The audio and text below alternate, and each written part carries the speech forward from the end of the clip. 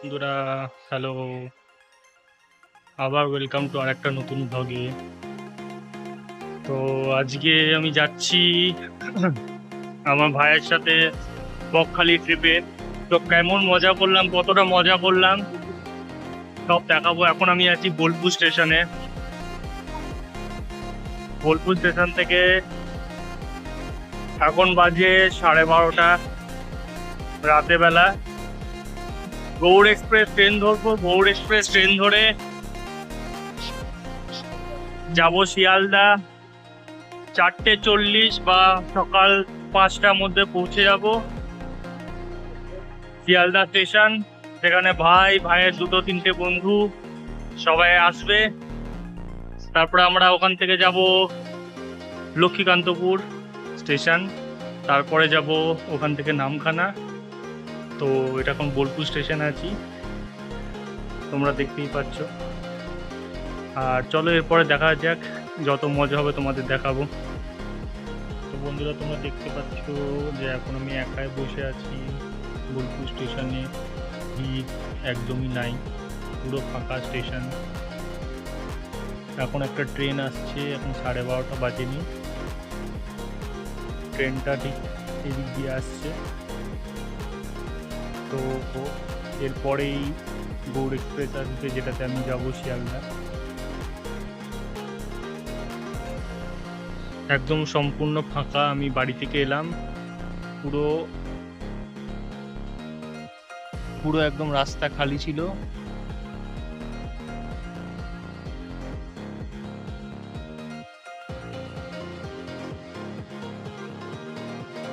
তারপর বন্ধুরা আমি চলে গেলাম শিয়ালদা স্টেশন, পৌঁছে গেলাম। আমরা এখন শিয়ালদা স্টেশনে থেকে বেরোচ্ছি।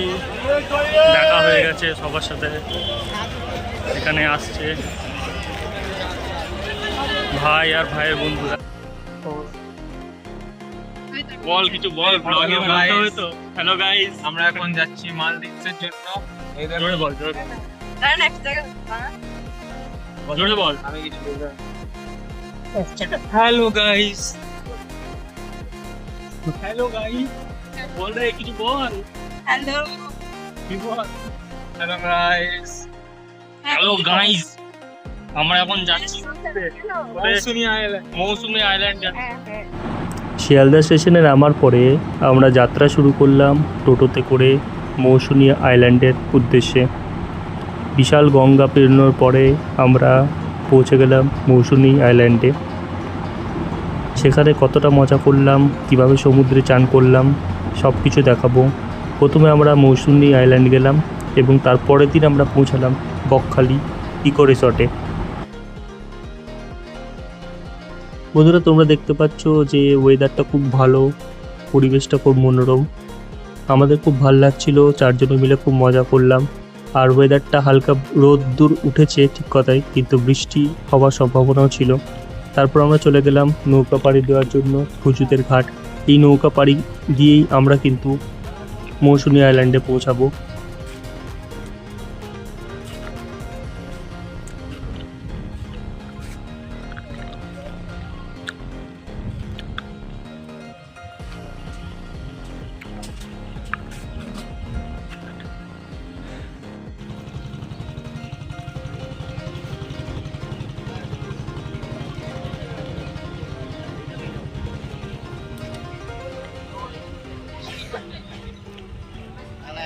এটা পার হয়ে যাবো, পার হয়ে গেলে হ্যাঁ অনেক দূর আছে। এটা পার হয়ে গেলে ওই পারে দিয়ে আবার টিকিট কি ওখানে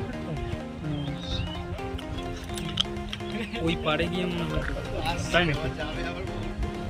এখান থেকে ঘুরে আসবো।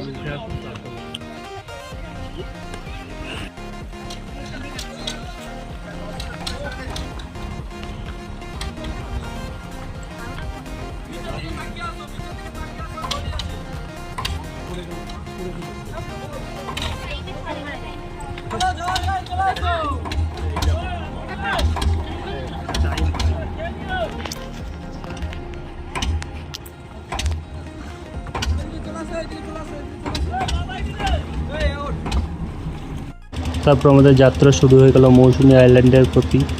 দেখতেই পাচ্ছ এখন নৌকা পার দিচ্ছি আমরা সবাই মিলে, খুব মজা হচ্ছিল, রোদ্দুরটাও খুব ভালো ছিল।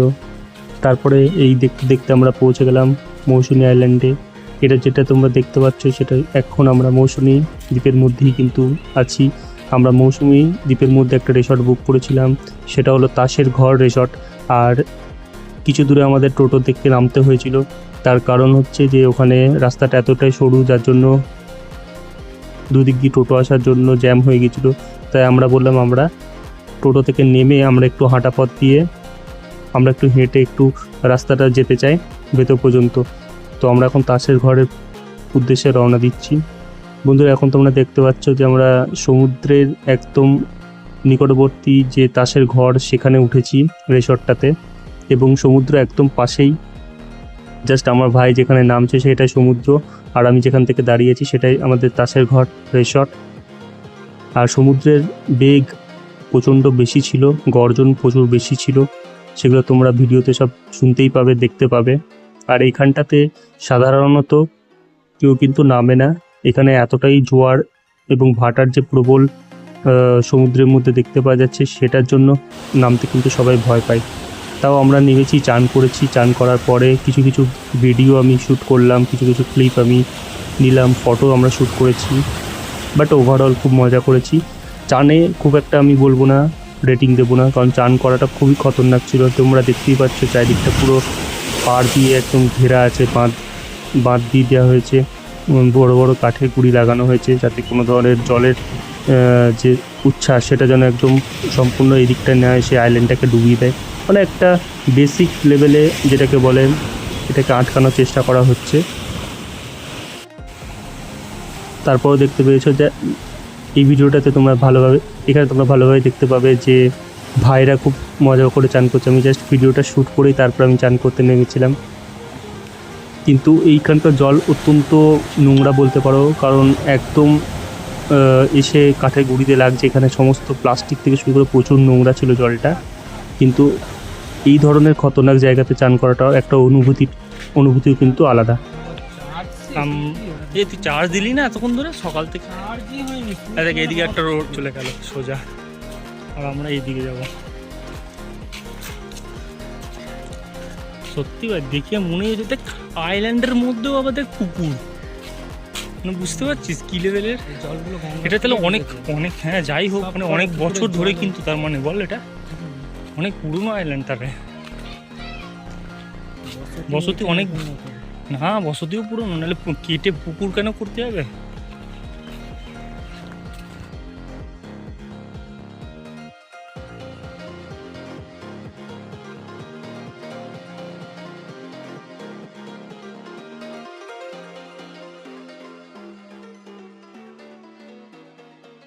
তারপর তোমরা দেখতে পাচ্ছ আমরা সন্ধ্যের দিকে বারবিকিউ করেছিলাম, আর এই ভাইটা বারবিকিউ তৈরি করার জন্য আগুন জ্বালালো কাঠের মধ্যে, এবং একটু পরেই বারবিকিউ চালু হয়ে গেছিল।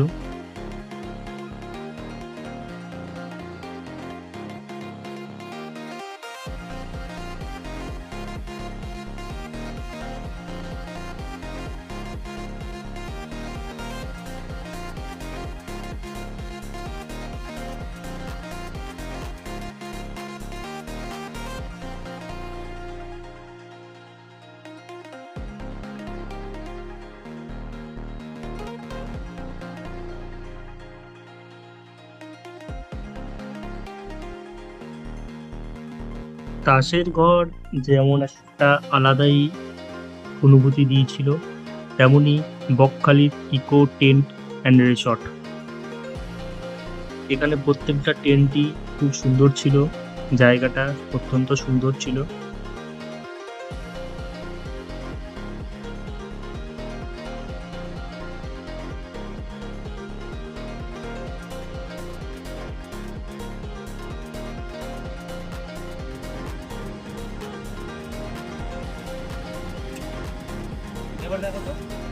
হুম হুম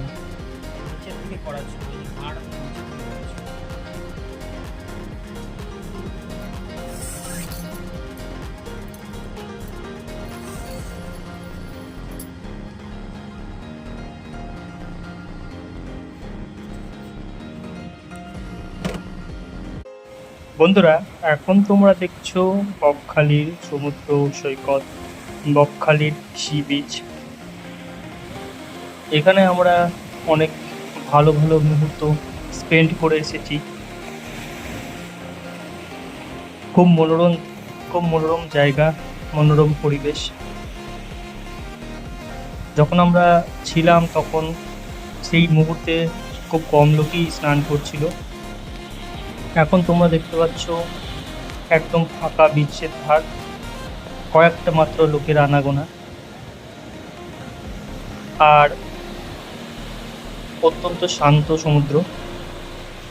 জোয়ার যখন ছিল তখনও প্রবল উত্তেজনায় দেখা গিয়েছিল সমুদ্রকে। ভাটার সময়ও অনেকটা নেমে গিয়েছিল, কিন্তু যখন এখানে ছিলাম তখন মনে হচ্ছিল যে কোথায় চলে এসেছি। সামনে যেন দূর দূরান্ত পর্যন্ত শুধু জল আর জল।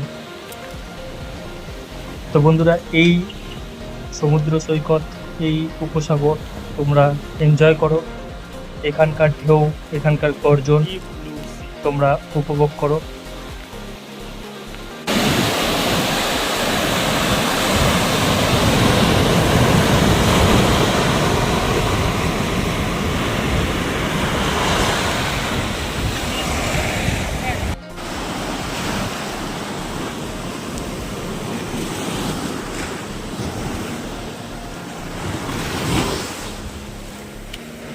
ও মাই গড!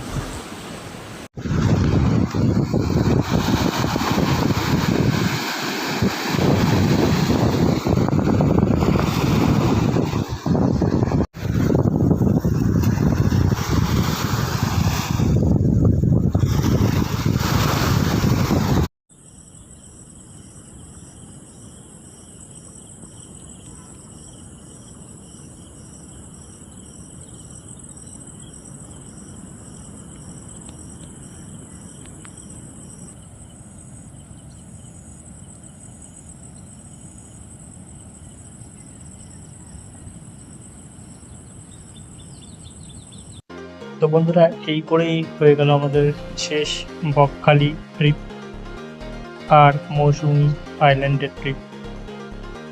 আসার দিনকে আমরা যাচ্ছিলাম বকখালি থেকে ডিরেক্ট নামখানা, সেখান থেকে ট্রেন ধরে শিয়ালদা এবং বাড়ি ফেরার পথ। বন্ধুরা, আশা করছি তোমাদের ব্লগটা খুব ভালো লেগেছে। যদি ভালো লেগে থাকে তাহলে অবশ্যই ভিডিওটাকে একটা লাইক করে দিও ছোট্ট করে। নতুন যদি চ্যানেলে হয়ে থাকো তাহলে সাবস্ক্রাইব করে বেল নোটিফিকেশনটাকে অন করে দেখো। আর সাথে সাথে কেমন লাগলো কমেন্টে অবশ্যই জানিও। আমার এই ছোট্টখাটো একটা ব্লগ ভালো লাগলে অবশ্যই শেয়ার করো বন্ধুদের মধ্যে। ততক্ষণের জন্য টাটা, বাই বাই।